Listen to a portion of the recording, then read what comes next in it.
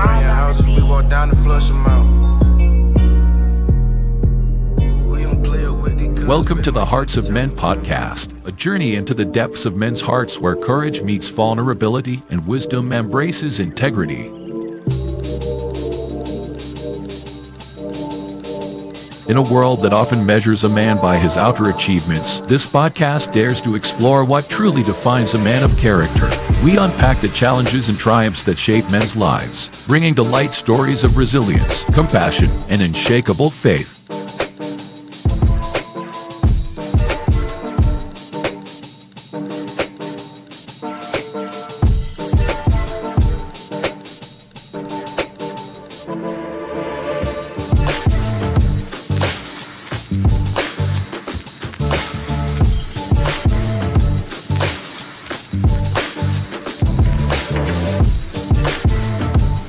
We believe that the heart of a man is a treasure trove of untold stories, powerful lessons, and profound wisdom. Through authentic dialogues and insightful discussions, we aim to unlock these treasures, one story at a time.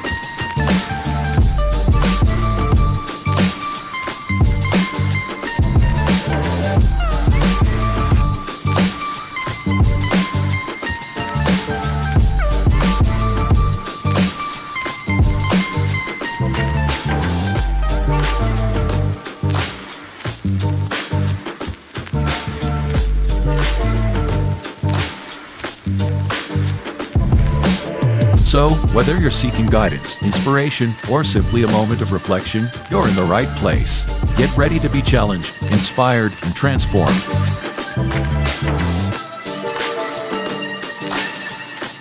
And now, to guide you through this journey of discovery, please welcome your host, a visionary leader and a true catalyst for change, Dwayne Dwyer, but we affectionately know him as the Mindset Coach. Good evening, family. Welcome to tonight's conversation, how to handle blame shifting and demand accountability, right? Dodging the mirror. I'm excited tonight for this conversation, but as always, I'm more so excited to be here with my brothers this evening to have this conversation. So first and foremost, brothers, how are y'all doing this evening? I'm doing good, man. Another Friday night, enjoying being here. Get to hang out with you guys tonight. So all is well. Been a long week, been a challenging week. It's also been a fun week. It's been been a bunch of different things, a lot of emotions, a lot of different things. So it was a very, very interesting week. It sounds like Unc had a lot more going on than I did, but it's spring break season, so the grandkids keep me busy. So my week is going well. And I got another 4 weeks for spring break. Yeah, I'm with you guys. Nothing major. Exciting. Always good to engage in conversation with these fine young men.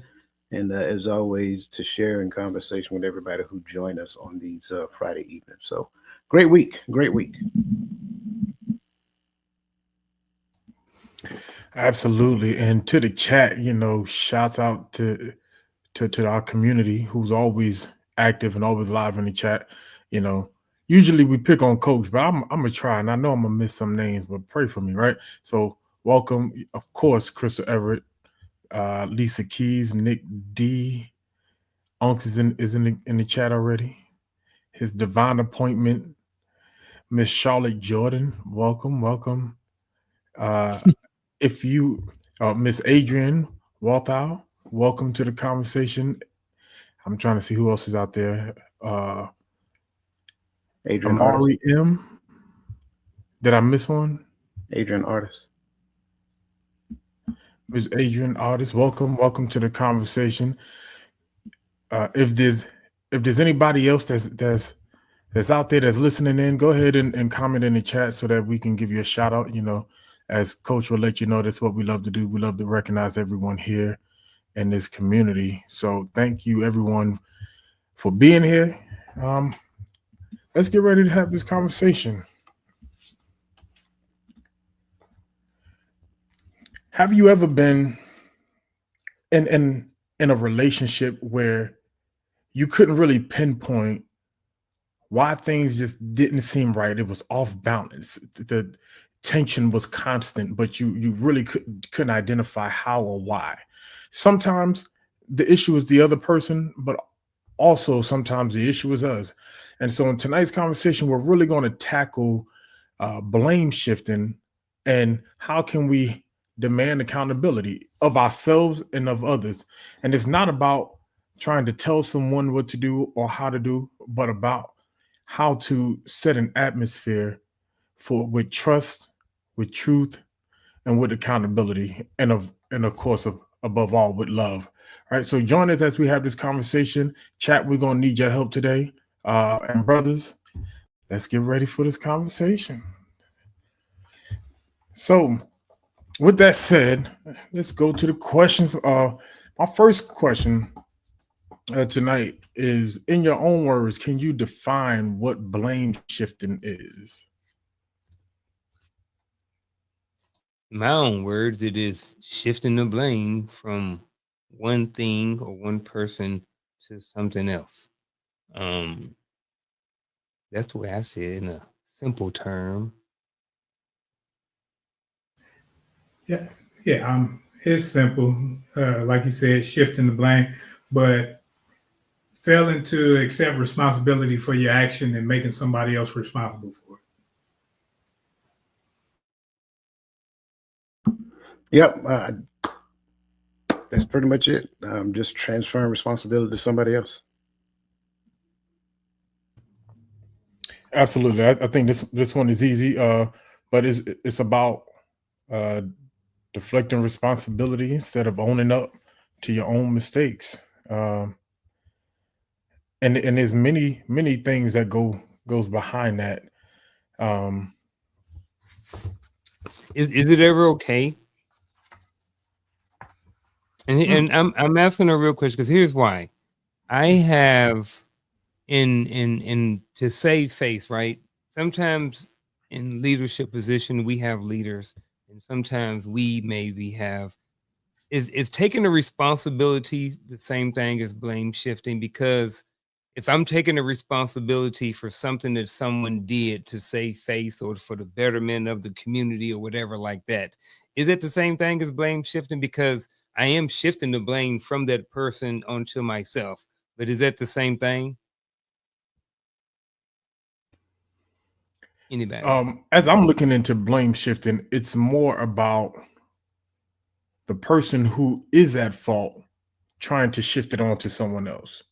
I think taking the accountability when it, and so here's the reality though. The way I'm looking at it, like, because now we're talking about leadership. As a leader, if it happens under my watch, part of the accountability belongs to me, anyways. So I don't look at that as blame shifting. I don't know about you, brothers. Let me hear the question again. Is me taking blame for something that someone else did blame shifting, or is that just maybe trying to save face for the bigger picture? And we're talking leadership, correct? Mm-hmm. No. Because everybody that I'm in charge of, ultimately, I'm responsible for everything that they do. So if they drop the ball on doing a thing, it is ultimately my responsibility. So I don't go into my, superior office and say, oh, well, Garfield did this, so that's why we missed the mark on that. No, I say, you know what? I got it. That's on me. I'll make sure that we correct it going forward. So when we start talking to leadership, that's a whole different animal. Okay. Leaders take responsibility for what they're in charge of. Yeah, I'm a coach because we've all seen some leaders when everything falls short because they don't want to look like the person that did wrong. Instead of taking responsibility for everything, they rather just say, well, such and such was late and this happened and that happened. So they start giving you a resume of what went wrong instead of taking accountability, saying, hey, I got it, won't happen again. Now, the other side of that is when it's time to praise, right? We leaders don't say, "Hey, no, I did that. You know, that was all me." That's no. The leaders say, "Hey, they did. This is what they did." So I think we have to, especially when we start talking leadership, I think we have to look at it from a different perspective, a more objective approach when it comes down to it. Sure, the leader is ultimately responsible, but who does the heavy lifting, right? So I think that's one of the things when it comes down to the mantle of leadership.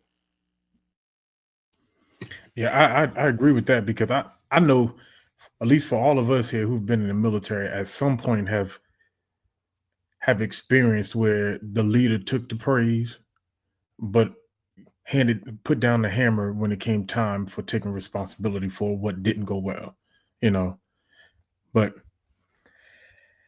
I don't know if that would can attribute to blame shifting, but I would say that's still a toxic environment in a relationship. You know, if you take the praise for what happens in this section, shouldn't you also take some of the responsibility for what doesn't go well? So with that said, that kind of takes me to our next question, actually. So the same thing. Since we're talking about blame shifting and accountabilities, in your words, can you describe what accountability is or looks like? Yep. Accountability to me is taking responsibility for what I did. Period, point blank. I did it. I own up to it. It was my fault.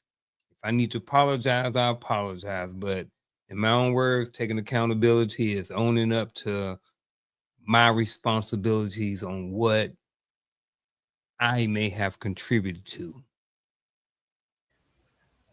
And along that lines, not just what I'm responsible for, but I'm taking responsibility for that, my actions, as well as any mistakes that happen, decision, and the consequences. So if it's good, cool. If it's bad, cool. Because I'm accepting responsibility. I'm taking full accountability. Yeah, I think, and I tend to say it this way, in order for us to get a clear picture of accountability, we must first understand responsibility. And so when we look at the things that I'm responsible for, it is the outcome of those things and me taking ownership of it. Going back to the whole leader scenario, if I am a leader, it's not that I go into the office and say, "Hey, Gaddy did that, so I tighten the screws up on Gaddy." No, that's where I just forego responsibility when I was called to the office to talk about why my team was not able to do what meet their deadline or whatever. But as a leader, when I go into the office, whatever my team does, I'm fully responsible for. Therefore, when it comes down to having to give an account for that, I take accountability for it because that was my responsibility. Absolutely. Everything that my brothers already said, only thing my 2 cents will put in is what accountability is to me is more than just recognizing that there's a fault. Because I've experienced people say, "Oh no, we both share blame," but I think accountability is actually recognizing what you could have done better, what you didn't do right, and making the necessary adjustments. If you don't make the necessary adjustments to make sure you can mitigate the issue going forward, then you really didn't take accountability. You just say, "Yeah, I did it," and that's how I look at it. And I think that anybody in that relationship with you will see it the same way because your behavior continues on, but there's no change to mitigate the situation. So I Yes, think sir. you got a question in the chat. Want to pull it up? Yes, please. Yes. And the question of blame shifting, is this just in leadership or just in general? For me, I say in general, in all relationships and all parts of the relationship. But brothers, how do you see it? I think it would be in general because you don't have to be in a leadership position to be responsible for your actions because it's about me. So whether I'm in a leadership position or not, What I do, I have to accept responsibility for. But if I'm blame shifting now, I'm saying because, oh man, I'm going to go here. A lot of people will say, I used to do it when I was coming up being a person of color, growing up in the environment that I grew up in Detroit. I would always blame other people of a different hue and say, it's because of them that I'm like this. It's because I didn't have this. And I would look everywhere else besides at the person in the mirror to blame to why I was in the situation of the dumb stuff that I was doing. That's just an example.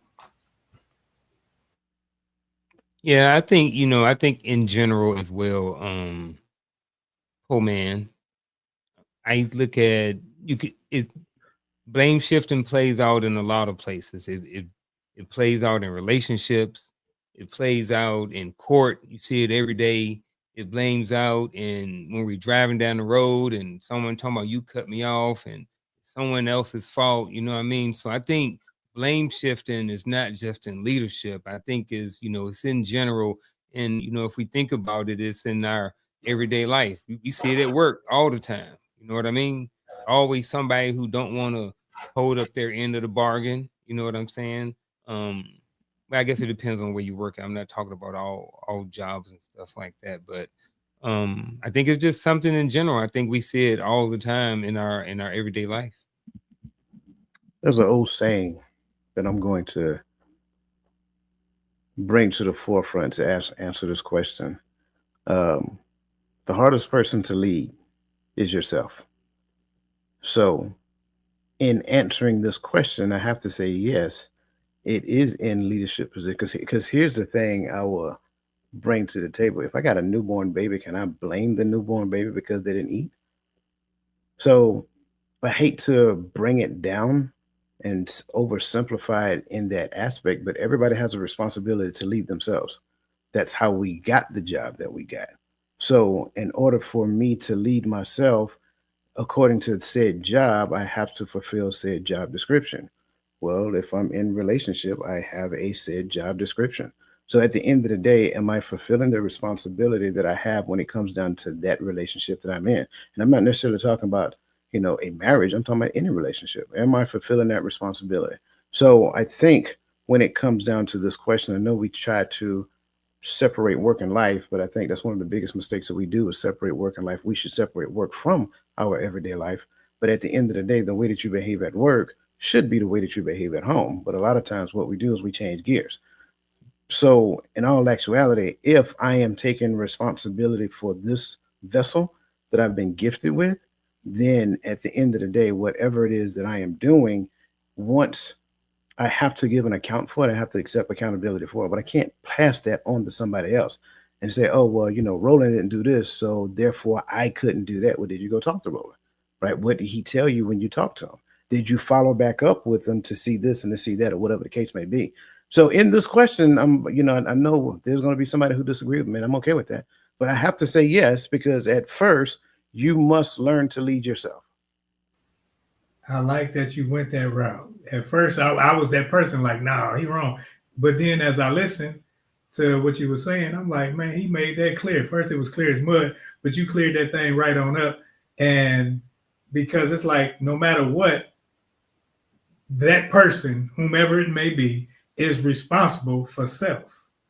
At the end of the day, I don't care if your position says whatever, but whatever position that you are in, you're responsible for self. I was hoping that Roland kind of held to his position because I ended up with two questions, right? So I'm gonna stay on Roland's position for a second, just so I can ask this question. But because I do believe general, right? I do believe if you're in a leadership position, the accountability belongs to you. And I also believe that even with Roland, what Roland said is, I think it still kind of leads me to general that you are still responsible for yourself. So if you make a mistake, even though part of the blame goes to the leadership, when you are addressed by leadership for what you've done, you have to take that accountability and correct your action as well. But with that said, can you be correct? Because Roland brought up culture and stuff like that. And I always hear people argue, but this did happen, but this did happen. Can you be correct in what took place and still be guilty of blame shifting? Most definitely. You can have correct information, but fail to look at your part in the equation. And I think that's where it's skewed, because people will say this happened and that happened and this happened. Yeah, but Pookie ended up in jail, ain't got nothing to do with this part. It's because he did this. So let's take the responsibility for actions first. Because if you take the responsibilities for your actions, then you can dissect it and say, well, the root of it was this before I was even born. Okay, fine. But your decisions were made through your mind, which is not right here. So how do you not be able to take responsibility for what you've done, not for what was done? So if I understand the question correct, you're asking, can I be talking about facts and still be wrong? Absolutely. Yes, sir. Absolutely. This is why, and I think I mentioned this maybe last week on TikTok or something of that nature. This is why I said that sometimes we miss the point when it comes down to perspective. Just because something is my perspective, it may be fact to me, but that doesn't necessarily mean that it's true. It's fact to me, but that's just my perspective of the entire whole. There are so many different perspectives that go along, and the more different perspectives that we can get closer to what is true. So just because something actually happened that is fact in my eye, I can still be wrong based upon how I interpret it. And then the way that I interpret it, now I am projecting my interpretation out into the atmosphere, and then I'm going to hold you accountable for my interpretation. Well, if your interpretation is false, then say facts. If your interpretation is a false interpretation, then you should not coincide with that. You should, if you guys have a good relationship, you should be able to have a conversation about the false perception of an interpretation so that you two can get closer to what is right. What is right should be relational harmony, not fact. And I think too many times what we focus on, we want to be right as opposed to focusing on what is right. If we focus more on what is right, then we'll take our facts and we'll kind of take that fact and kind of mesh it against what is right. And then what is right should be the thing that moves us forward.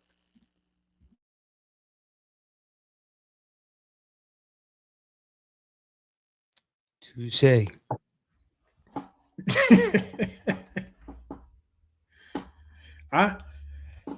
I agree. I just had to ask that question because, I used to be one of those people, like Roland said, culturally, I used to be one of those people that's like, well, there wouldn't have been drugs in our community had not the government pumped billions of dollars in the 80s, in the 70s and the 80s worth of crack cocaine into our communities. And they've actually put out documentation admitting it, and I'm like, well, if that hadn't happened, Pookie wouldn't be in jail right now for selling drugs. Like, no, but Pookie still made the conscious decision. So it's kind of that. It's kind of, you know what I'm saying? Like, we can add up the facts of what did happen, but at some point we had to make a choice to do or not to do. So I agree there. Yeah, I want to throw this second side question out because Coach said something too. And I'm trying to keep my eyes in the chat as well. So you talked about leadership. And this one I don't want to derail, but when you talked about that leadership is your concept, right? So when we talk about blame shifting, we're going to always say that leaders taking the bulk of the responsibility. Now, I do want to know, just for the sake of conversation, I believe that the man, in the sense, right, in the order of the Most High, man is the head of the house, right? For man is the head of the wife, as Christ is the head of the church, right? For he gave up his life for the church. Does everybody in this panel, do we agree or do we have a different perspective? All right. With that said, can we then take that and say, ultimately, in relationships, that men ought to be taking the blame for what goes south or goes wrong in marriages? Yeah, I knew that was going to get some smiles. I think That's what it made me think of when he was saying it. I think you take responsibility for what you're responsible for, but I can't take responsibility simply because if I'm in charge overall. If you out there doing dumb stuff, I've given you information, I've given you help, I've given you guidance, and yet you continue in that vein, that's where separation comes in. Now, because you don't want to follow said leadership, it's best that I separate that thing because we can no longer move together in lockstep because you're not abiding by my leadership, especially if my leadership follows his leadership. So you want to do your own thing. So I think it was Eddie Murphy. He said, "Well, go and do your little la-di-da thing over there." No, that was Ike and Tina.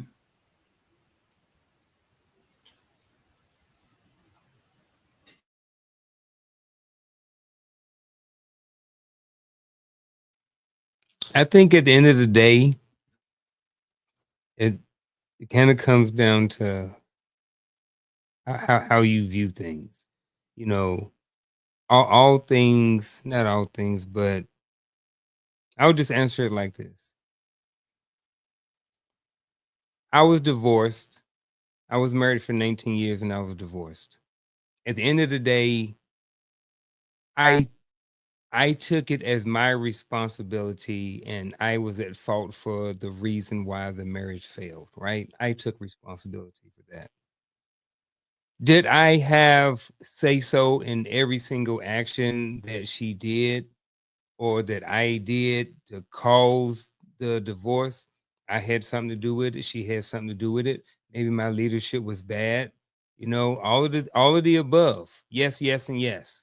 So I think that at the end of the day, it's okay to take responsibility. I don't think that it's mandatory, but I think it's okay to take responsibility. And I think that at that point, that allows you to move past. You know what I mean? But I'm only taking responsibility because I was the head of the house.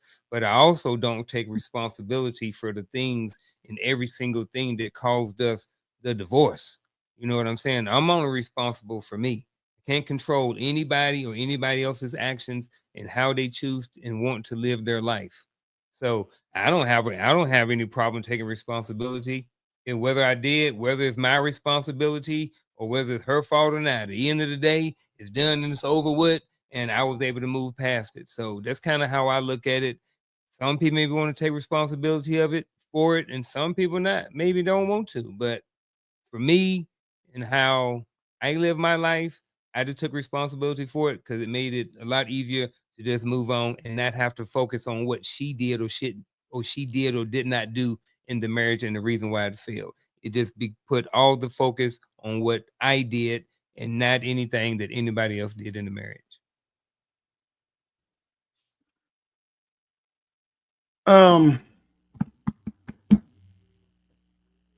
No change to my response from previously. Like I said, we like to separate work and life as though it's different. You go get you a job, you either do what the job descriptions say to do, or you get fired. It's that simple. I think a lot of times people just need to own the fact that they made a bad decision when it comes down to the relationships that they got into. That's not a bad thing to do. I think that's an adult thing to recognize that you made a bad decision. The not so adult thing is to stay in the bad decision and try to turn the bad decision into a good decision. Because in essence, what's going to end up happening is that it's going to get worse, especially when you two are not moving in the same direction. A lot of times we do things at an early age to where We don't necessarily know the difference between what is right and what is wrong. So we do what feels right, thinking that what feels right is right. That's not 100% true. So when it comes down to this question again, there is no change in my original statement. I have to first lead myself. As long as I first lead myself, then I am ready to lead someone else. But I should not try to lead someone else if I'm struggling leading myself. Conversely, you have to first lead yourself. You cannot accept, you cannot go and tie yourself to another person struggling leading yourself and then saying, oh, I'm going to hold you responsible because you didn't lead me or and you. No, that doesn't work that way. So when it comes down to it, both people have to look at themselves in the mirror. He gave us a charge over ourselves to do what he told us to do. That's first and foremost. It doesn't change.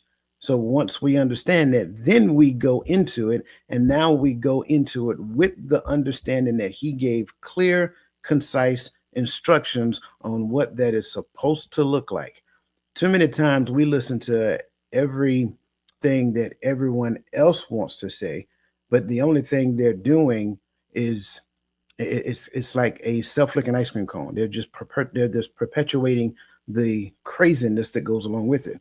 So they're injecting, oh, well, how do you feel and how to this and how to that. So focus on all of the things that are unstable in your life and then build your relationship behind that. That makes absolutely no sense. Why don't you just go and build a house without putting the foundation and just put the, what do you call it, the studs? Put the studs directly into the ground and see how long that house stands. Because you're trying to build a house without a good foundation. Therefore, when it all crumbles and falls, now you're trying to figure out why.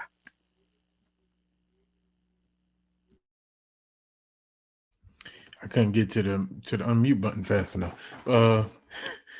I agree. I agree. I had to get that conversation out there on the floor. But I believe in all aspects, right? I do believe that you, in all situations, you have to take accountability for you at the end of the day. And especially if you call yourself a leader, you have to take accountability of you before you can begin to lead.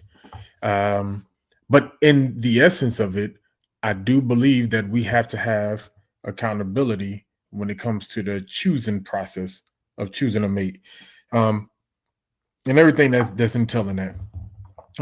I love this question right here. So, Emery M asked, "How do we approach someone who does not know how to take accountability for their actions?"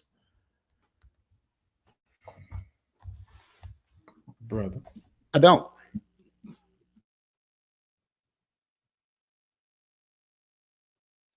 Ditto. Yeah, it's like There's no need to having a conversation with someone who's not accountable. Like you're just wasting your time. It's like arguing with a signpost. yeah, like if you want to have a headache, if you want to argue by yourself, if you want to raise your blood pressure, yeah. But now, if we talking children or something, but I think we're talking adults because I think we're above. We're not talking kids. We're talking another adult who failed to do the basics. Why are we even in a relationship? What are we gonna talk about?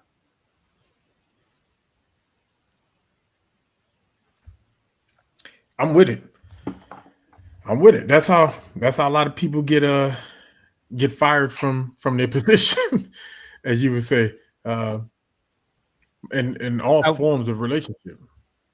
I wonder what the dynamics of this question is. Like who the two subjects are in this question. You know, if it's a leader approaching a subordinate, you know, if it's a subordinate approaching a leader, if it's a friend approaching another friend, if it's a colleague, you know, I think all of those things will determine some of those, because if you're a subordinate and you have to go to your leader for something and they're not approachable or they don't take accountability, you know what I'm saying? That's different than how you may approach someone who's your friend and they may not take accountability, but it may be something that y'all may need to work through.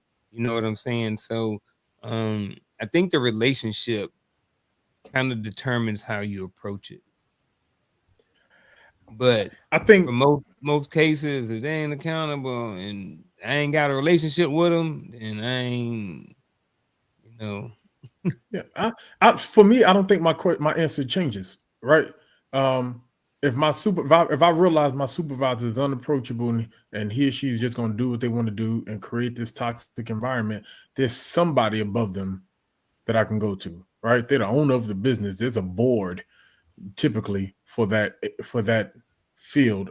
That is something that can take, or I can relocate my employment somewhere else. You know, there's that option.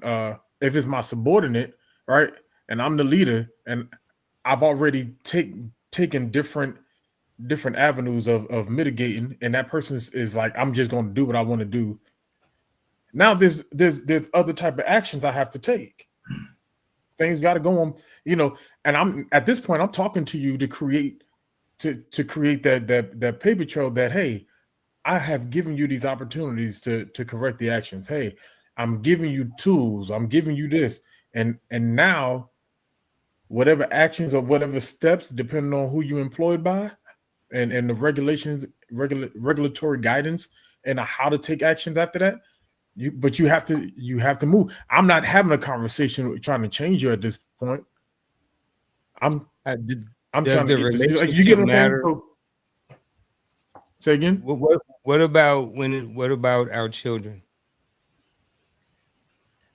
Does that change? I think when it comes to the children, it's your responsibility to teach them. So if you've taught them and they fail to be accountable for what you've already entrusted in them, if you stay in that and continue to feed that same little demon the same way, you're not being responsible, taking responsibility for your part. So it's on you then. It's not on them. It's your problem. So still, how do you approach a child that don't accept accountability? But we have already moved past it, so. Hey, principles don't change. The law of responsibility is in international law context refers to the principle that entities like states, international organizations, and individuals can be held accountable for their actions or inactions, particularly when those actions causes harm or violate international legal norms. For the person who is getting ready to say, well, this isn't a legal matter, it is most definitely a legal matter.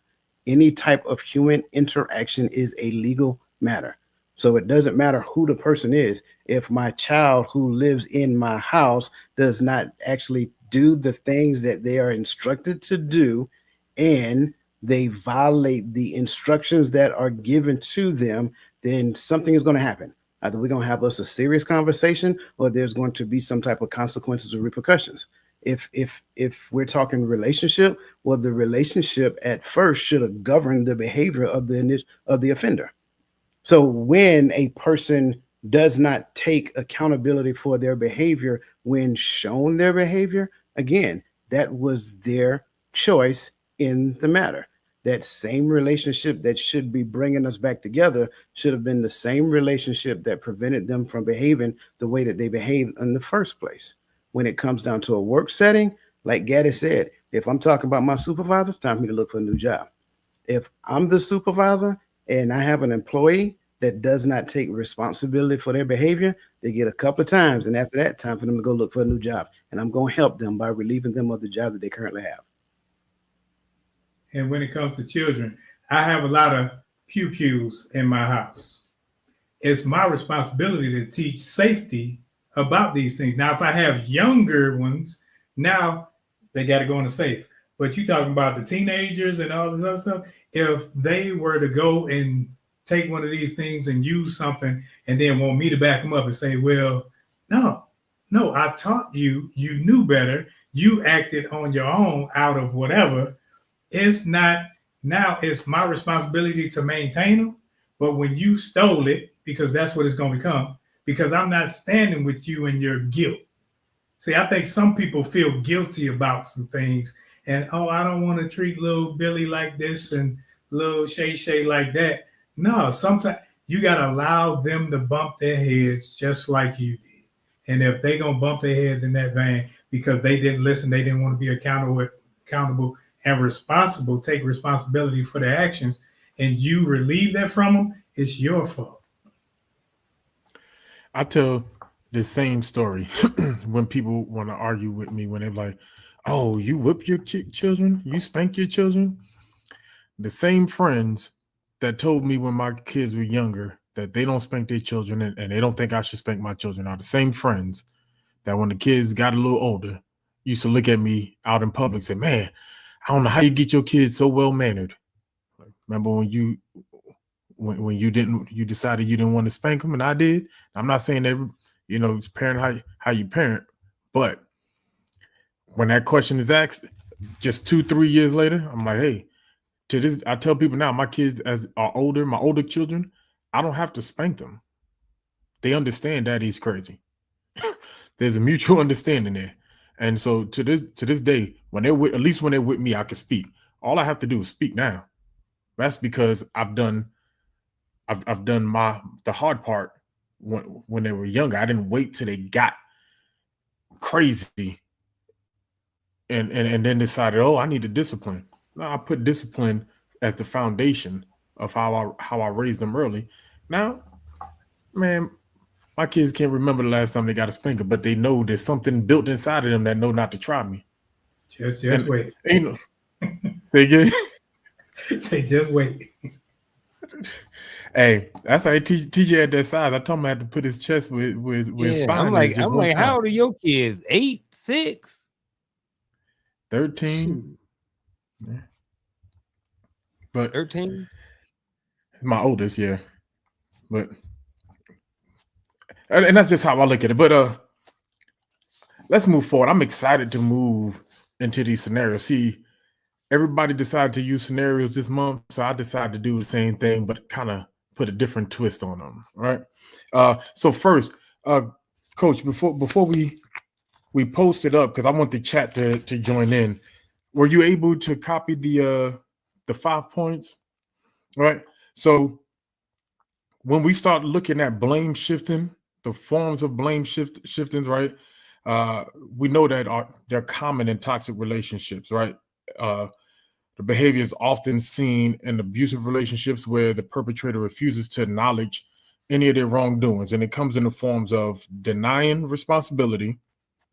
Give y'all in the chat time to remember them: gaslighting, manipulating reality, minimizing or invalidating feelings, projecting their faults onto others, and playing the victim.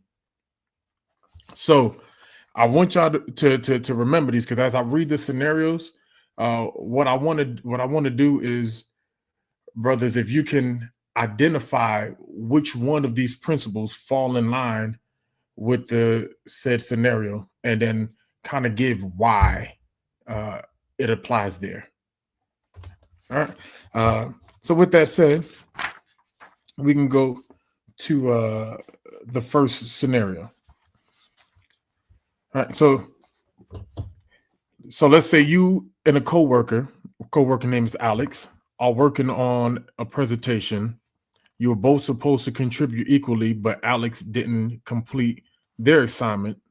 And during the presentation, it's clear that the section Alex was responsible for is missing, and your boss is visibly upset. So the dialogue goes like this. The boss is Alex. Where are the slides covering the market analysis? Alex, oh, well, I was waiting on some key data from the marketing team, and they were really late getting it to me. By the time I got it, there just wasn't enough time. I told Coach or Unc that I was waiting on the data. So with that dialogue right there, which principle would you apply there? But it sounded like it was a combination, because he denied responsibility he say, I did this, but he kind of denied the responsibility, shoved it off on the other people, projecting faults of others, and then he played the victim. Like they're the reason he didn't accomplish his mission. So it sounds like a combination.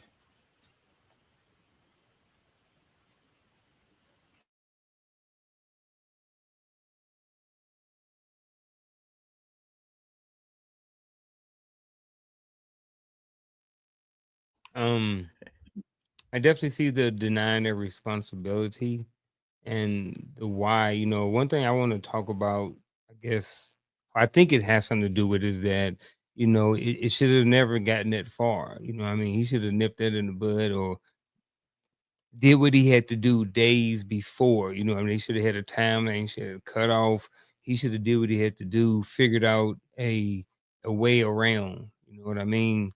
Even before it got to that, and then because he didn't do that, you know, he got to the place where he was, I guess he was denying responsibility. I don't think I needed to hear it again. I may have missed some of it. Well, I definitely agree. Clear, obvious, denying responsibility. I'm with Roland. I agree with the playing the victim as well. And in some slight arena, it could also be projecting faults, because it could have been like some of that person's own insecurities that prevented them from going to talk to the marketing team as well. Right. And so instead of taking the initiative to go talk to the marketing team to see where they are on this key data that this individual needed, they just decided to not do it and then project that out as it's their fault is doing. So again, definitely denying responsibility, definitely playing victim, and it could be a little bit of projecting fault as well. Yeah, I definitely. Yeah, I see the projecting faults. I'm like, bro, why you wait till the last minute, man? Like, bro, you should have been got that information, bro. I was standing at Joker's door. I'm like, bro, we know. Look, you know, we gotta have this stuff done in 3 days. And I go a step further. If I go talk to the marketing team, will they tell me the same story that you tell me? So it might be a little gaslighting going on up in there too. Mm-hmm. Yep. Yeah. Someone said, gaslighting is distorting reality. So, yeah. Man, I was looking for the chat to jump in there.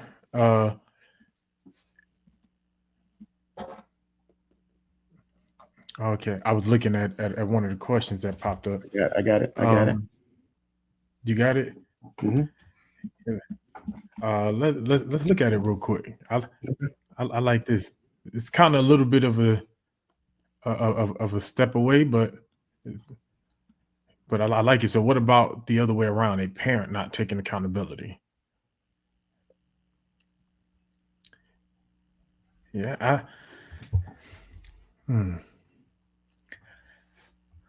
I think we see it a lot, right?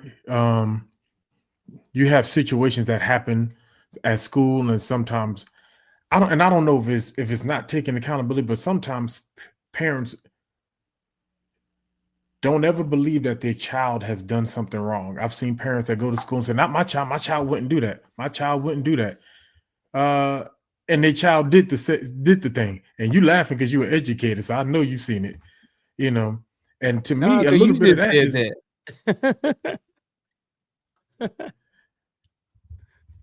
You said what?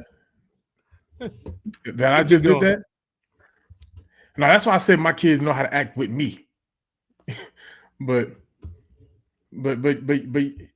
I see that in a sense as the way of blame of shifting accountability. It's like, no, because if you admit that your child did something wrong, then you have to now go back and relook at how you're raising them. At least to me.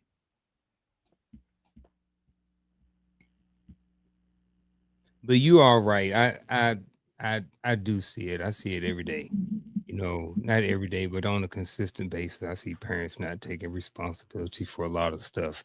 You know, everything is the teacher's fault. I'm gonna be honest. There are districts and there's counties that are not taking responsibility for things. If you want to go a step farther than that. So I think there's a lot of different places where there are adults not taking responsibility, and parenting is no exception than any other thing.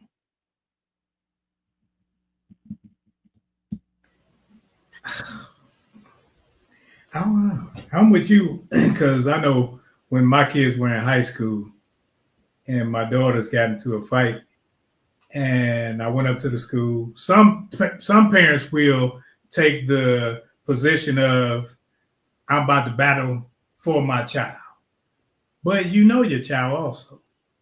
So I can't go into it trying to save them from punishment for something that they did, but some parents do. Some parents will blame other people. They will minimize and project fault on others. Well, if you would have did this or you would have did that, and then they play the victim as well. So I think a lot of parents deny responsibility because they think that because their child is of a certain age, that it's all on them now. Whereas legally, it's still on you. That's why if something happens and the child got to pay, it's coming out of your pocket, not theirs. So, yeah. Y'all being nice. I'm just saying, y'all being nice. I love y'all for that too. I'm looking at this from a different perspective. I'm looking at the child going to the parent and having an honest conversation with them about some of the things that are going on in relation to, may not necessarily be parenting practice, may so be around kind of allowing them to develop and grow and all kind of things of that nature. And the issue here can be that some parents won't listen to what that child is telling them, assuming that what they're saying is 100% wrong. It may not be 100% right, but if there's any right in it, you need to listen so that you can understand how both you and that child can grow. That's why I keep saying, like, it's not just the parent teaching the child, it's also the child teaching the parent. And parents learn a lot about themselves as parents when it comes down to their child. I know we like to think that we know best and all that other great stuff. And I'm not saying that that's not the case in most situations, but there are going to be some very difficult conversations that parents need to have with that children need to have with their parents. And in conjunction with that, parents need to listen. And I don't really care how old that child is. My daughter told me the other day, she said, Dad, I want to talk to you about something. I said, come on with it. I'm here for it. And I told her there's no cards left unturned. So whatever you want to talk about, I'm open to it. Except one thing, I'm not going to talk to you about the relationship dynamics between me and your mom. That's the one thing I won't go into detail about, simply because I won't ask you the details about your relationships that you get in as well. So I think in the space of that, I think when you look at this, a lot of parents, they like to use the terminology, I did the best I could with what I had. And from their perspective, they are telling the truth. However, no one, and that includes us, all of us on this panel, no one has ever done the best they could with what they had, because if you had done the best you could with what you had, then your outcome would have been different. I don't care what the outcome looked like now, right? So again, it's not that I did the best I could with what I had. I did what I knew how to do in the time and space that I was in. And if I own that part, then that means that there has to be some other information out there, and it may come from my child, and it may not necessarily feel good, but at the end of the day, growth doesn't feel good. So if I can listen to what my child is telling me, I can learn something about myself, and then I can own it. And from that point on, it creates the dynamics for a better relationship. So I want to speak to that right there. And initially, it does not feel good. But when you go, if you're a person who processes, when you go back and you process, you do feel good, right? Because you like, darn, like my child has grown, my child knows. So initially it is, but I'm out here to any parent out there, just speaking from experience. If you ever go through this, accept it, you know what I mean, with respect and all these different things like this. But then go back and process it and think about if your child got to the point where they were able to come and talk to you about something that you as an adult may or may not be doing right or wrong or whatever like that. Like you taught them something good, you know what I mean? So I think that's a good thing. Like I said, it can sometimes be uncomfortable at first, but just work through it, and I guarantee you is definitely light on the other side of that. And I add to you, before you go, Ron, give me one more second. I will add this as well. They may be emotional about what they're talking about. They may not be calm and they may be yelling just a little bit. As long as they don't call you out your name, that's okay. Let it happen. Let them get it off, because they may have been holding on to it for so long, and it may have been eating away at the very fiber of who they are. And this is their opportunity to express it. You have given them the floor to speak. Let them speak and own every bit of it. And I don't even know if we on the same subject now, because I think that's one of the things that where no, seriously, because I think that we stunt children's growth when it comes to becoming themselves, speaking up for themselves, because if they, oh, you're going to watch your mouth, it's like, okay, I'm excited about this thing, or I'm in the moment. I'm not disrespecting you. I'm just trying to get my point across. So we nullify their voices, and then we say, well, why you ain't come talk to me when something happens? You shut them down at each and every turn, but now you when something happens and it occurs, you want to say, well, why they didn't come to you? Because I know that if I come to you, you're going to shut me down. I can't just say stuff. I can't get it off my chest.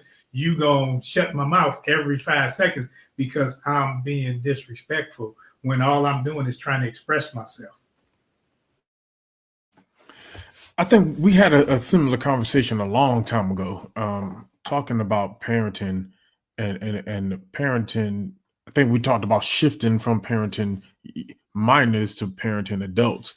And I think what happens so often, and I think I said this back then, is that we forget to transition from authoritative. I can't even get the word out right. To look, I know remixing the word to mentor. We forget how to shift, and so we try to stay in that space of you do it my way or you see it my way, and it leads to everything what everybody else just said. You really stunt your child, or you cause your child, while they're in the process of becoming their own, you cause them to kind of break away from you in that early adulthood life. And you're like, I don't know, our relationship is not the same, because they're not looking for someone to tell them how to live their life as an adult. They're looking for someone to give them mentorship and guidance. And that oftentimes our children end up looking for people outside of us for answers, because we've become what they don't need, or we try to continue to look at them as that 6-year-old, 8-year-old child, that 10-year-old child. At some point, we got to turn to someone who they can come to. I know I just can't get it out. Couldn't get it out. But thank you, sis.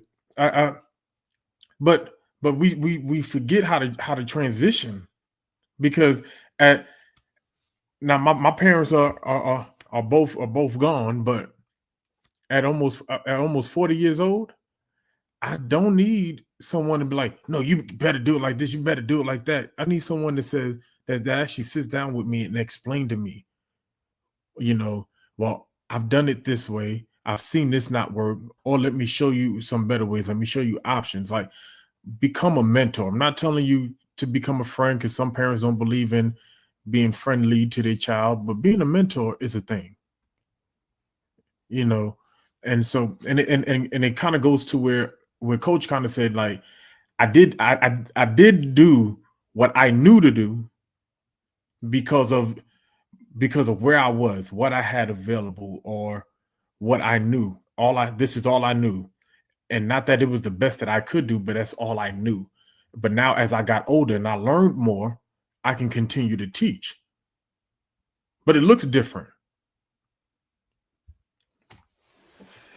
But yeah, I like it. Let's move forward. So the answer on the first one, yes, it was definitely primarily denying responsibility.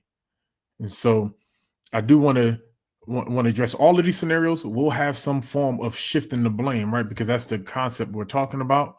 But we're definitely dealing with denying responsibility on that one, because one, Alex is shifting the blame to the marketing team, right? Avoiding directly admitting that he was at fault, and then he began to make excuses rather than owning up to the lack of work that he presented. So let's move on to scenario 2. So Crystal and her partner Chris, I'm sorry, I just want to make sure I had it right. Crystal and her partner Chris had a clear agreement that they will call if they were going to be late coming home from work. Chris comes home very late, several hours past the agreed upon time, and didn't call. Crystal is understandably upset and expresses her concern. So the conversation goes like this: Chris, we agreed you'd be home if you were going to be this late. I was really worried. Chris responds, late? I'm not that late. You're exaggerating as usual. You always blow things out of proportion. Crystal, but it's been 3 hours and you didn't call. We had a plan. Chris, no, we didn't. You're imagining things. You have a terrible memory. I would have remembered that conversation. Honestly, you're acting crazy right now. I'm starting to think you don't trust me at all. Why are you trying to start a fight? Which key point goes to this scenario and why?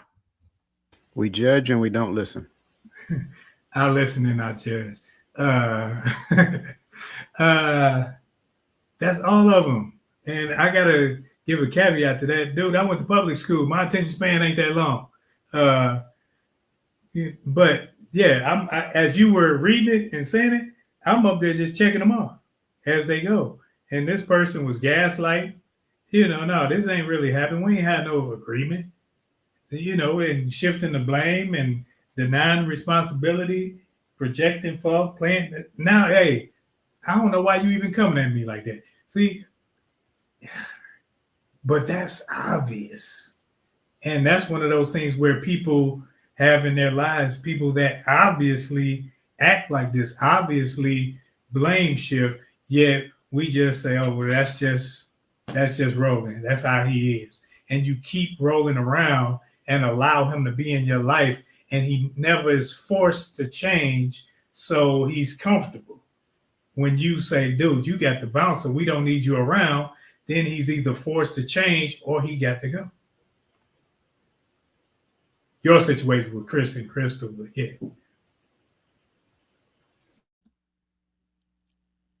So you wanted us to answer one of these ones, and then you wanted something else.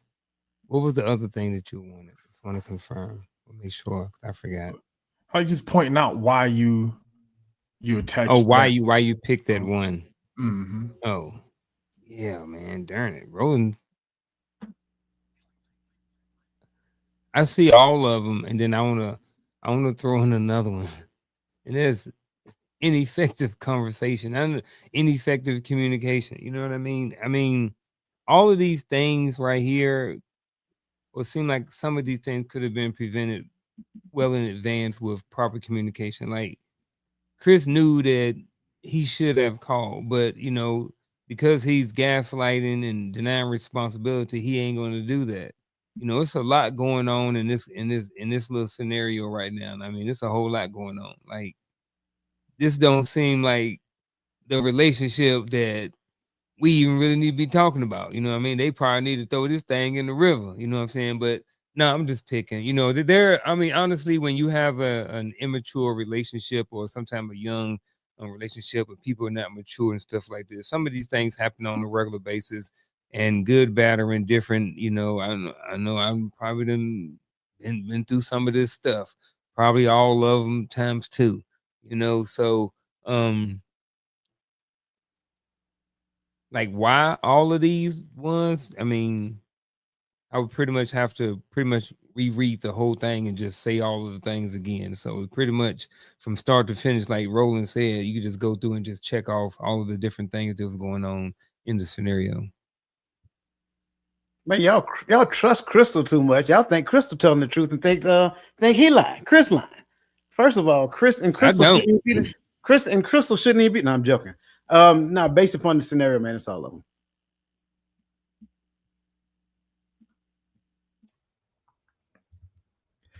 them. In the words of where'd it go? In the words of Nick D, Chris playing all kinds of games. But like Coach said, you know, we pretty much it's just like what's love got to do with it? That was only told from Tina's side. You know, Ike had his side, good, bad, or indifferent. This was pretty much told from one person's view, you know, so from Crystal's view. So maybe they really didn't have these conversations. Maybe Crystal the one who gaslighting. Because she upset. Because she didn't like how she ended up being. Yeah, I mean, I've definitely seen both sides. I've seen the side where, well, even if she's lying, then she's gaslighting, right? At least the way I'm looking at it, right? If she's lying, she's gaslighting because she's changing his reality. If he's lying, then it's all of them because But his conversation leads you to know that they had a conversation about it because he says, "I'm not that late." He acknowledged we talked about being late. I'm not that late. You're exaggerating as usual. So we talked about this before. You exaggerate as usual. You always blow things out of proportion. So we had a conversation at length about this same thing, and you saying we ain't talk about it at all. So I can't trust nothing Chris saying. Chris trying to get over. I can vibe with that too. Fact. So counseling. Yeah, and really, I 100% agree with that actually, because if he's gaslighting that hard, then he trusts that it will work because he's done it before. And I think you need counseling if you're constantly accepting that kind of behavior. There's something about you that's causing you to hold on to this relationship that is obviously toxic. There's manipulation going on, and you're holding on to it for what? So I agree. I do have one caveat, right? I promise y'all I'm not being messy. I want to, because Nick D said, Crystal said we agreed. That means a discussion was had. I can't see her creating a whole elaborate false scenario. What would be the point? I wish you could walk a day in the shoes of a man. I'm not trying to be funny. I'm being for real. Like there could be conversations had and someone could be sharing what they went through, and in their mind, them sharing what they went through is them saying they don't want to go through it again, and then you sympathize with their situation, therefore conversation was had. We never had that conversation. You was only telling me about your past. I never said anything in relation to who I would be, what I would do, whatever the case may be. So I get what you're saying, and I'm agree with what you're saying on one side. Yep, 5555555. Call me. I got something for you too when you call. However, there's another side of it. A lot of those conversations are not conversations. If you don't get a vocal reply about a conversation that you think you're having, you did not have that conversation. A lot of times, and I'm just being transparent, a lot of times people will have a conversation that includes me, and you're just along for the ride.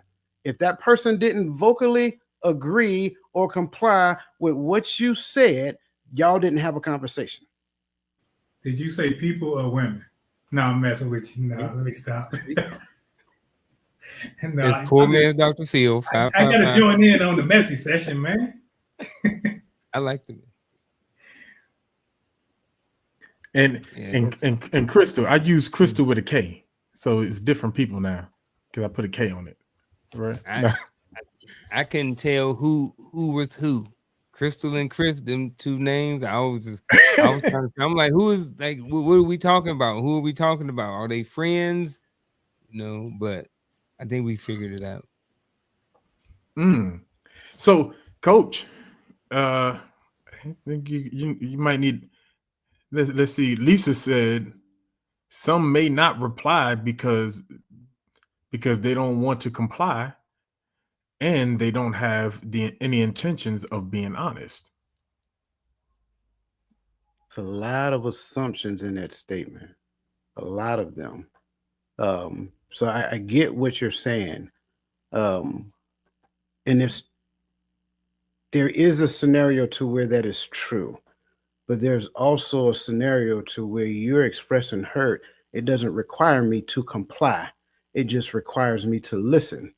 So if I try to have a conversation which you're expressing something that you still have not yet healed from, I think sometimes what ends up happening is that, again, going back to what I said, we're having a conversation from a hurt place and assuming that because the person that's listening is actually agreeing with and siding with the thing that they've been through.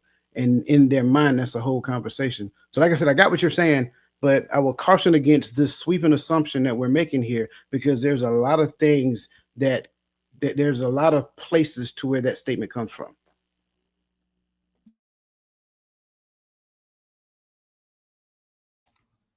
Do you brothers got anything on that?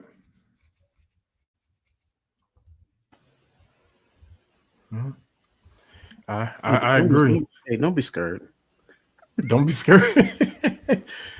Hey, but I mean, and then in general, I do agree. She said I was speaking in general, and I do agree. Like Coach said, there is a scenario where this is true, but I think if you need a response from me, and this is how I look at it in communication, you experts can help me. But if you're requiring a response while you're sharing your hurt, or if you're sharing it because you want me to know that I need to behave a certain way to be with you, you need to express that.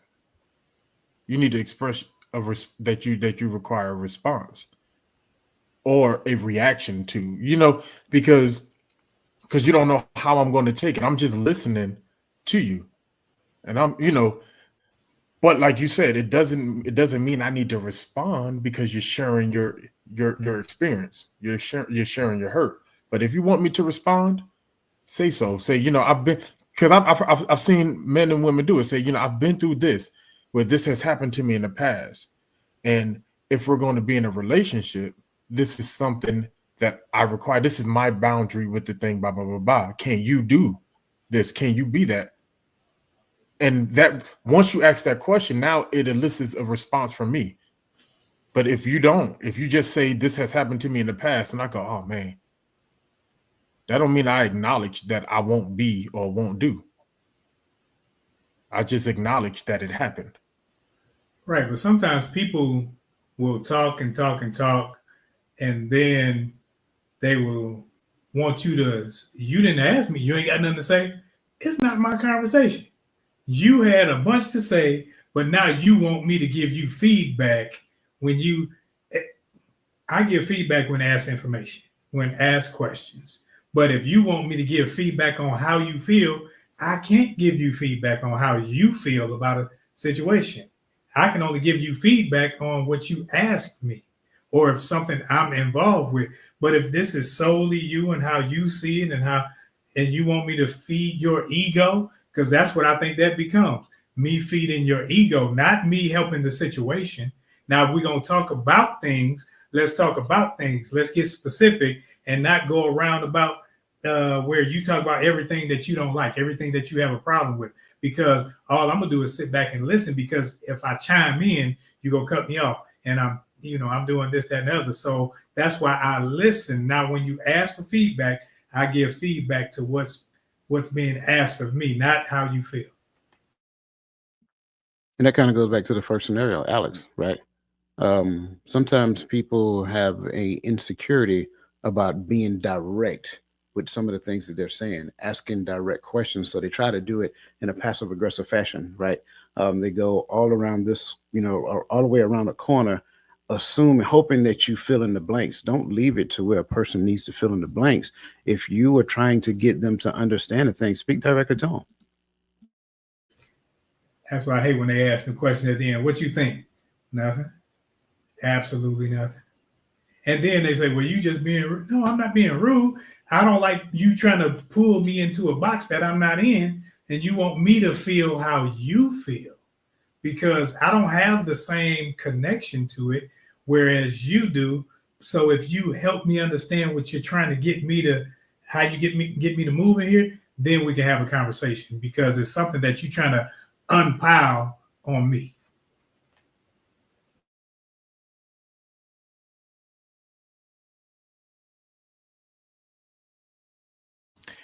I ain't know if you had something, Unc. All right. Make sure I don't get lost in my scenario.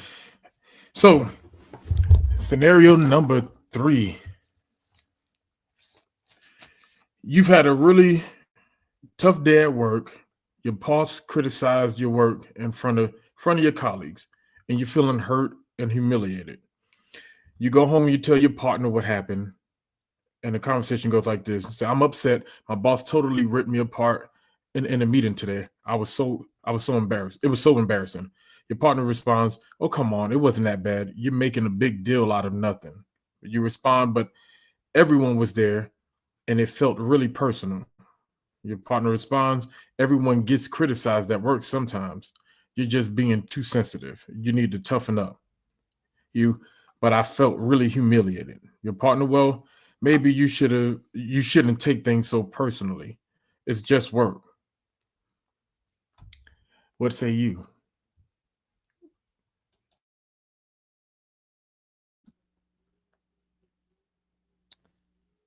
I almost want to ask, do it. No, I ain't gonna ask. Oh man, I don't know, man, because I think that I'm trying not to. I think the only way I can answer it would have to be, I would have to almost know the genders of this thing. I'm trying to not know the genders, because I think it's different. I think it's different. I don't know, man. You gotta come back to me.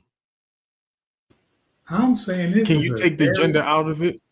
That's what I'm trying to do, but that's what I'm trying to do. I think it's a very immature conversation on both sides. And this would be taxing to me. And for them to come talk to somebody like me, they would say, oh, he rude, he heartless, he don't have no feelings. No, I don't have no time for this mess. You crying. It's like one person coming talking about everybody against me, the world is against me, and the other person say, it ain't everybody. And one person playing the victim, the other person is minimizing everything. It's like this whole set of dialogue is saying that these two people cannot help each other in a conversation. That's what it's saying to me. Because they're one person just trying to unload and express themselves and want to shift the blame to everybody at work and my boss and just woe is me and life is bad, while the other person is saying it ain't that bad, it can't be this, and it's like you ain't listening to the person. Listening to the person to say, hey, that not that you gotta have an answer for everything, but sometimes you gotta be able to turn that thing around. When people focus on the negative is what they get. So if you constantly go there, you got to say, okay, what was your part in it?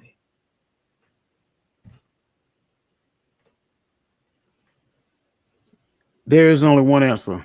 There it is. That's the answer right there. I'm sorry. I am so against that. Bringing work home and okay.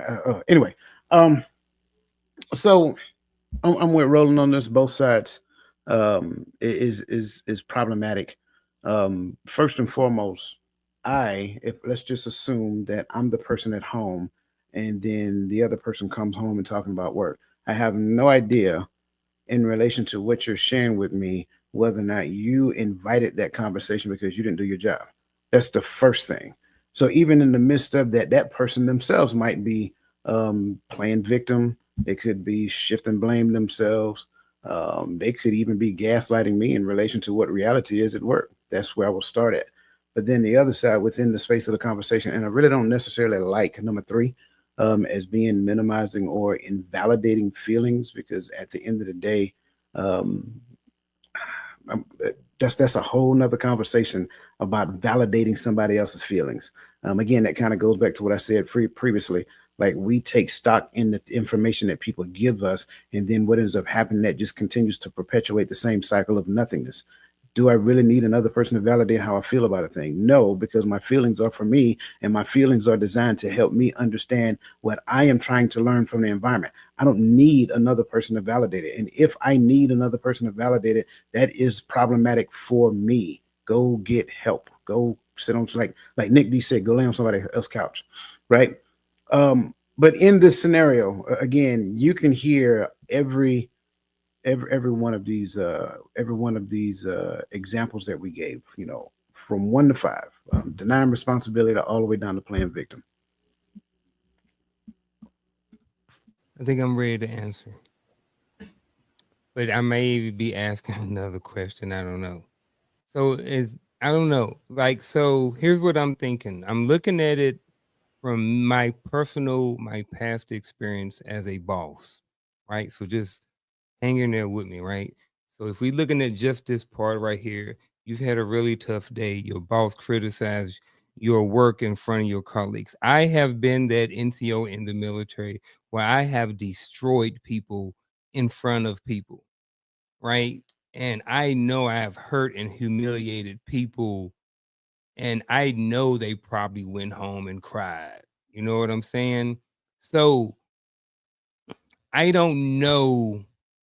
And I did learn how to change my ways, as I started progressing through the ranks and stuff like that. But and I've also embarrassed people, and I know that they were fine because they could take it, but until I realized who I could and couldn't, there were some times where I know I've hurt some people, and they may have went home and cried. So I've destroyed this person in front of everybody, and now that person goes home and crying. I don't know if I can just say a blanket statement that they should have just left work at work. You know what I'm saying? I understand leaving work at work all day long, but I also understand, from a boss's point of view, and the impact that you can have on someone else's life by humiliating them in front of people. So I don't know if that's a question or what. I just kind of want to know you guys' feedback on what do you think about that. Since I put it out there, I'll go first. Why is my boss that significant to me? That's the first question I got to ask myself. Like, we've all been in the same army. And sure, I've destroyed people in front of people before, and I've gotten destroyed in front of people, and I never took it home. So at the end of the day, I got it. Somebody just said it. Everybody's different. No, you're not. You're kidding yourself. You're not different. We're all the same. We just have minor differences. That's it. We all have minor differences. Stop focusing on the minor and focus on the major, right? At the end of the day, when you, and again, this is just hypothetical. I get it. But at the end of the day, most supervisors, and we're just using the term destroy, so y'all just kind of humor us for a second. At the end of the day, most supervisors or people in leadership position do not embarrass a person in front of the entire team until they failed the entire team. And when they fail the entire team, it's generally a series of questions that get to the root cause of the problem. And then 9 times out of 10, that person may be rejecting, going back to blame shifting, they may be blame shifting and saying, well, this person didn't do this and this person. So you'll be in the space of meetings where all of these things will happen. Are there leaders who do not have the maturity, like they have to mature in their position? Absolutely. That applies for everybody who is a brand new leader. But then by that same token, I don't think no leader come to work and say, hey, I'm going to destroy Gaddy today. That's my intention. That's my sole purpose in life, right? So I think at some point, there's a shared responsibility that existed in that space. But for me to focus on what my supervisor did is me also totally rejecting and neglecting what I did or didn't do. And if I pay more attention to that, well, you know what? Maybe that on the spot public, barrage of words, maybe I needed that to kind of motivate me. I'm not saying it's the right thing to do, but again, I'm going back to the point. Why is your supervisor that important to where you got to bring it home? And now, y'all don't judge me. Don't come for me unless I send for you. And now go home and infect the entire home environment because now I'm in a situation to where I can't handle my emotions within the job setting. And again, I'm not saying that the supervisor was right. I'm saying that we're raising a bunch of people who don't necessarily have the level of resiliency that they need to deal with the world that they're dealing with on a day-to-day basis. Again, did it happen? Yes. Was it right? No. But why am I bringing it home? That's where I'm at. I like it. I'm with Coach. I got a question. Am I trying to do my job or am I trying to please my supervisor? Because if I care so much about how they feel and what they said about me, to me, it's one of those things like, man, I'm trying to please this person so much. So it says something about you. It says something about you because the person, it says something about my feeling hurt and humiliated. Hurt and humiliated leads me to think that you really care about what that person feels about you more than what you feel about yourself. So like Coach just said, it's about your ego. He or she hurt my ego. Now I'm in my feelings. Now I'm gonna bring it home. And I've been in that situation to where as a leader, someone comes home and says, my leader said this and it did this to me. And I took the side of the leader. So now I'm a bad guy because I took the side of right. Because I don't care about how you feel. Was it right? Did you do your job? Okay, he could have said it sweeter, could have made it pretty, but at the end of the day, he's not there to be your friend. He's there to be your supervisor and to get the job done. And if he got to add a little pressure, that's what he or she has to do. So you can't go into a job and be in your feelings. You have to be able to say, okay, yeah, I did mess that up. And I understand how this person is responsible, as we talked about before, because they hold the responsibility of everyone's mess ups, not just their own. So that includes you. So now, since they're taking accountability, they have to add a little pressure to you. We've all done that. When soldiers failed us, we had to add a little pressure. We took the whole responsibility for it, but we got to come and add pressure. So now next time this situation happens, you don't do it again. Now you're going to think about this whole situation right now. I'm kind of torn between Charlotte Jordan and Lisa Keys on this one, right? Because y'all kind of messed up my twist at the end of this scenario because I had it written on there. No reason why I said it because I do agree with what y'all saying because in my mind after I wrote this scenario, I was thinking in my head, well, what if that's Alex that went home and got mad because he got ripped into, but he got ripped into in the meeting because he didn't do his part, and so I think Roland brought that up. So thank you for messing up my little plot twist at the end. But that's a real thing. But I'm, and the reason why I'm torn between the two is because as a man, I have not been married to nor have dated any woman that was able to leave work at work. And I'm not being funny, but whether it's about the boss, about the coworkers, about the people gossiping, or whatever the case may be, they bring that home. And as the man, I was taught, and I know this is how we were taught, so I'm just bringing it up. But as the man, I was taught, hey, you got to be able to listen. She's not always looking for a response. She's not always, but she just wants you to hear her express what she was going through at work. And sometimes just letting her get it out helps her process and move forward. I see that as a reality. So if that's the case, to me, I'm looking at it as well. If I go forward and minimize what she's feeling, in her mind, I just invalidated her feeling. I know what you're saying. Like, I don't need to validate your feelings, but I also don't need to invalidate them. Make you feel like you're wrong for feeling what you're feeling. Sometimes I just need to let you get it out. I see Coach's face, but what's your thoughts on that? We ain't got time to get what I want to say. I'm just saying, if I can't, and I really hate to use the term responsibility, but I will start there. If it's not my responsibility to validate, then how is it my responsibility not to invalidate? Like, I think sometimes, and that kind of goes back to what I said about resiliency, I think sometimes people need to be told the truth, regardless of whether it validates or invalidates. Forget invalidate or validate. Let's just tell the truth. If we just tell the truth, however it hits, let it be. Because I think a lot of times what we try to do is soften the blow of reality, but it's not my job to soften the blow of reality, because when I soften the blow of reality, you're now you're now missing the point of what you were supposed to get from reality.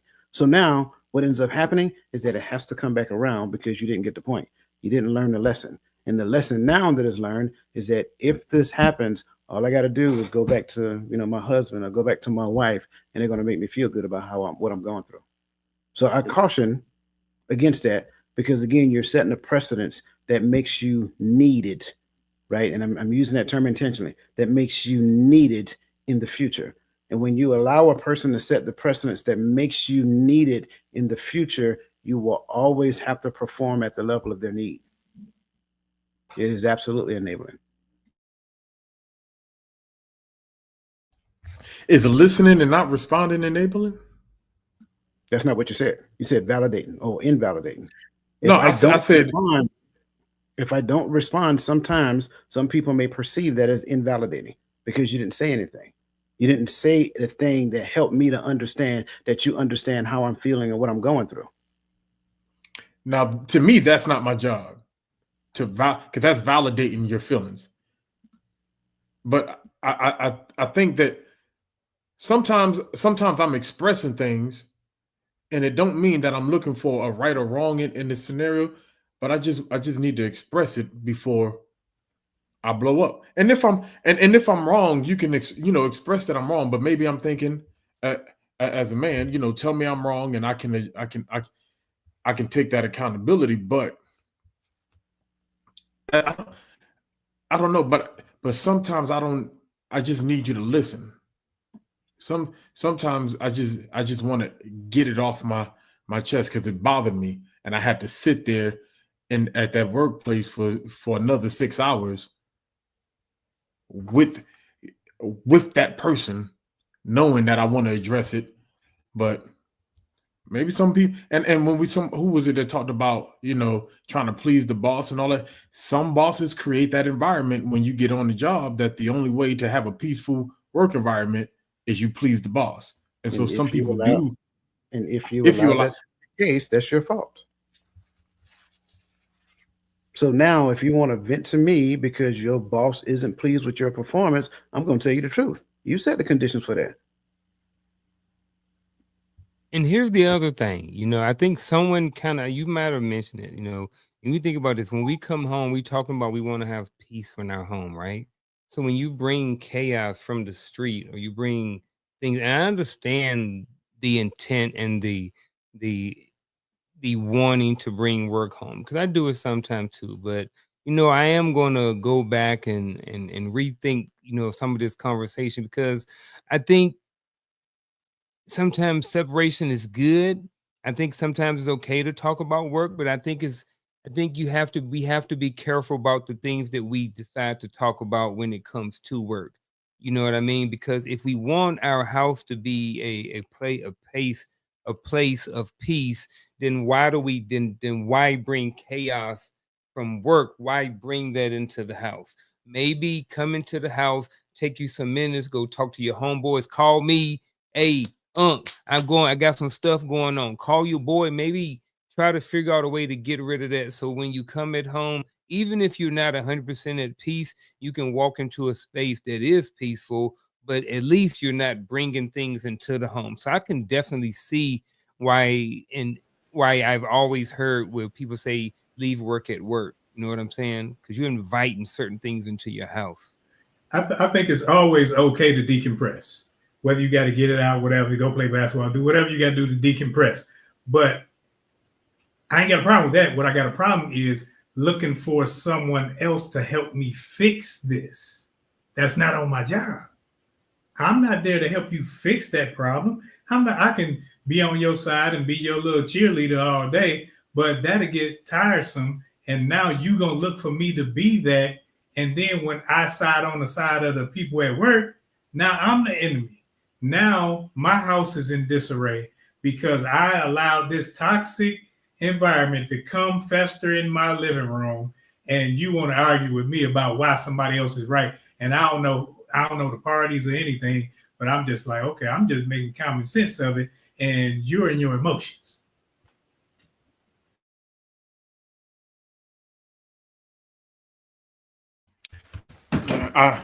I'm with it. I'm with it. Man, first I want to thank the chat for hanging with us while we journeying through this. But we're gonna jump to the last scenario, and then we're gonna jump into our final thoughts. Scenario number 5. So, and I know I'm dealing with work a lot because I feel like it's an easy place for us to be objective. A team project at work failed to meet the deadline. Sarah was responsible for a crucial part of the project, but didn't complete it on time. So here's a conversation. The boss says to Sarah, the project deadline was missed. Your section wasn't finished. What happened? Sarah, I'm so sorry. I feel terrible. I really tried my best, but everything went wrong. First, my computer crashed and I lost a whole day's work. Then I got a terrible migraine and I couldn't even look at the screen. And on top of that, nobody offered to help me. I was completely overwhelmed, and I'm always the one who gets stuck with the hardest task and nobody cares. Which one would you attribute to that? Playing the victim, projecting faults, denying responsibility. Because nobody does care. It's not their responsibility to care. So it's on you. Yep. Say the same thing. I ain't got nothing to add to that.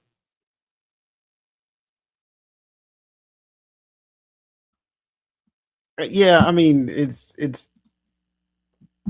clear cut and, black and white to me. Yeah, it's simple to me.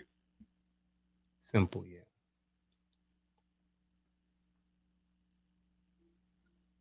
Did we lose Gary? Oh, okay.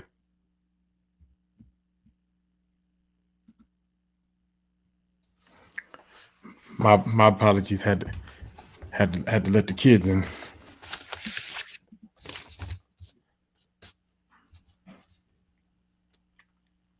Did everybody already ran through this one?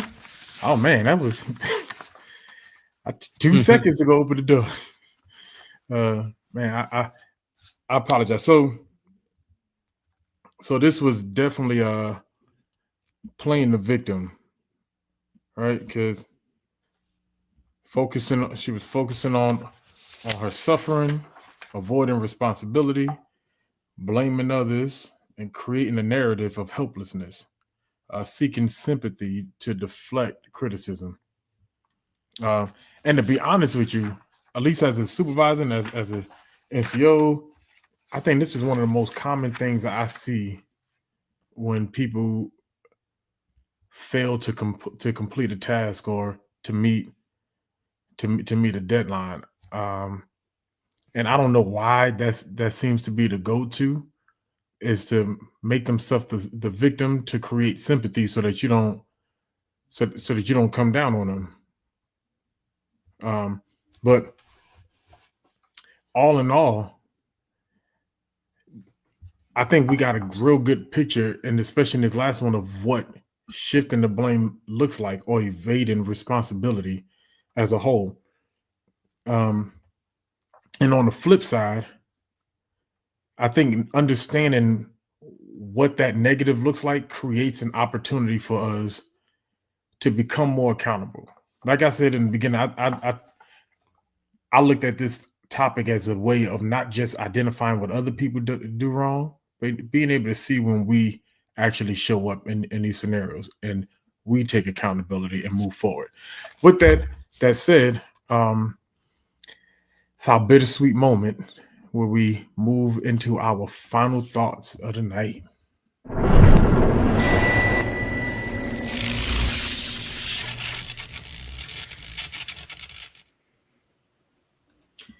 I think that we've definitely talked at length about blame shifting and demanding accountability, but we need to give also some ways that we can work on our ability to take accountability. And some of those elements are, first and foremost, acknowledgement. Acknowledge your part. Don't point the blame at anybody else. Acknowledge how you affected the outcome of whatever the scenario is, whatever the job was. And be honest. You got to be honest, not with just everyone else, but be honest with yourself, whether or not you put the proper effort in, whether or not you did a job that was subpar or to standard, and take responsibility for that part. That way, you're not shifting the blame on anyone else. You're taking responsibility and saying, okay, it's mine. Also, after that's done, take action to do better, to make sure that you do better, not just next time, but even in this. If you can rectify a situation, or you can do it again to make sure you do it better, and then follow through. Make sure that you follow through with everything that you do, so you won't have situations to where you have last minute tasks that you had 3 weeks to do, but you can manage them during the time frame, set up a calendar or whatever you have to do, so that at the end of the day, when the buck stops at you, you can say, I've done all that I needed to do. That's all I have. I think this was a very good conversation. This kind of reminds me, I had a friend, and I do mean had a friend, he passed away some years ago, but we had a conversation about 10 years ago. And he called me, and he was really venting. He was upset because his wife did a thing. And I mean, he was really laying into this conversation. He was crying. He was upset. He was expressing himself out loudly. And she was in the other room. And I let him get it all off his chest. And at the end of that conversation, I asked him a question. I said, what are you looking for in response of me? He said, well, you're my friend. He said, I want you to respond how you know to respond. I said, well, all that you just told me, get off the phone with me and go around there and say that to her, because she's the one that needs to hear it. You're having this conversation with me on the phone is probably going to make her feel a particular type of way once you get off this phone, because instead of you talking to her, you were talking to me. And I think that's the whole point behind all of this. When we start looking at blame shifting and things of that nature, a lot of us avoid having honest conversations with each other. A lot of us avoid saying the things that need to be saying the things that need to be said. A lot of us also struggle from just being coddled. Like, you really need to go read the book. I know you can't see it. It's that book right there. It's a red book, and it's called The Coddling of the American Mind. Some of us are still struggling because we have this coddled mindset that says, oh, I need this person to do this for me. I need this person to do. No, you don't. Stop that. It's time to come out of that mindset and grow up and take charge of your own life so that you can be beneficial to others, not so much a hindrance. A lot of times we put things on other people and expect them to do a thing for us that they have no business doing. And then when they accept that, now it becomes a responsibility metric that we actually have for ourselves. So I want to make sure I'm saying that. Also, I got a poll in the chats. So if you're on YouTube, click on the poll. Let us know what you think about this conversation, because I think this conversation is great. So that's my final thought. And look forward to the rest of them.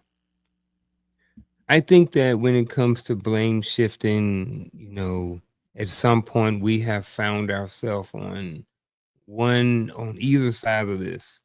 And sometimes throughout our relationships, sometimes we are one and sometimes we're the other, or that may have happened. And I think as we mature, the more we mature, I think we grow to a point to where we stop blaming others for our actions. We start taking responsibility. We start taking accountability for how our life has panned out and how our life are currently and how they will be in the future. So I would just look at, if you are on either side of this, I would just challenge anybody, just like Coach said, that book, The Calling of an American Mind, that's a great book. I've read it as well. And I think that, when you grow and you work on yourself, you can look at some of these situations that you may have in your life. And if you are a victim of blame shifting, or you're in a relationship with someone who is always blame shifting, then, take a look at it and just look at that relationship overall and ask yourself, why ain't going to do that? But just take a look at the relationship and see if that's a healthy relationship for you moving forward. And if you are someone who is blame shifting, then look at some of the things that you may be able to do in order to stop that. Because if you are that person, then you are probably affecting someone else's life in a negative way. So that's my final thought for this evening. I've come to realize that one of the hardest things that we do as human beings is taking accountability, not because we don't like to know how we can get better, but sometimes taking accountability recognizes that some of the things that we were taught were not correct. I remember being a young soldier in the military, and I switched to another S1 shop, and I just knew I knew what I needed to know. I was so I knew everything. I could teach you how to be a 42. I could teach you how to work and do every job in the S1. And a question was asked of me by someone coming into the shop, and I gave an answer, quick response. And my NCOIC, she walks out and she says, where did you get that answer from? And my response was, well, my former NCOIC taught me. And she said, hold on. Don't ever come in my shop and tell me what your previous NCO taught you. Tell me what the regulation says. And so for me, that was a hard pill to swallow, because that first NCO was kind of like my marker. I set my marker right there because that's what they taught me. That's the first NCO I knew. And when it came time for me to move on and show that knowledge that I've learned, I come to find out that that knowledge may not be true, may not have been correct. Maybe that's the way that they did it because it was easier or it worked, but it don't mean that it was the correct way of doing things. And so accountability sometimes causes us to recognize that maybe mommy wasn't right. Maybe daddy wasn't correct. Maybe uncle didn't teach me the right way. Maybe big bro was wrong. And sometimes that's okay. The goal is finding the proper way of doing it and bettering ourselves every day. It's not about validating mommy or daddy or validating that I was brought up the best. It's about getting to the right answer, making our relationship work. Because the most important part of a relationship, as Coach would tell us, is not you, it's not the other person, it's the relationship. So that's what's important. So I will caution us to be mindful. Let's embrace accountability moving forward. With that said, I want to thank you all for joining us tonight. I think it was a good conversation. I had a good time with my brothers tonight. Thank y'all for, keeping me going with this one. I do want y'all to to remember everything we say, to like Unc said, go back and ponder on a lot of the stuff we said, because I will. I'm gonna go back and read my notes and read the stuff that I was reading again, because I want to address me and I want to get better at what I do. But at what we do, we have some stuff going on. Tomorrow, I believe at 10:30 Eastern Standard Time, we got the Hearts of Women, right? So Crystal Everett asked for her personal post, says 15 of us online. Well, I see you all, plus the Hearts of Men at 10:30. So I will do my best to be there. I'm pretty sure my brothers will as well. And the chat, that's a part of our accountability, right? She calling us out. So let's support. Let's be there tomorrow morning. Coach, you wanna bring us to the rest of the week? What we got going on? Yeah. Again, tomorrow morning 10:30 Hearts of Women. Sunday morning 11:30 on TikTok Live. We do Sunday's brunch. I will be hosting, and then Bible study at 2:00, and then Tuesday at 7 p.m. Eastern Standard Time. That is Coach's Corner. So yeah, there you have it.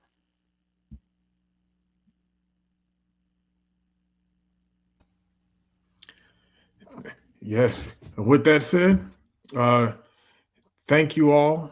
I appreciate you all, and go ahead and have a great rest of your week, and maintain your availability for everybody you know, love, and all in our relationship with.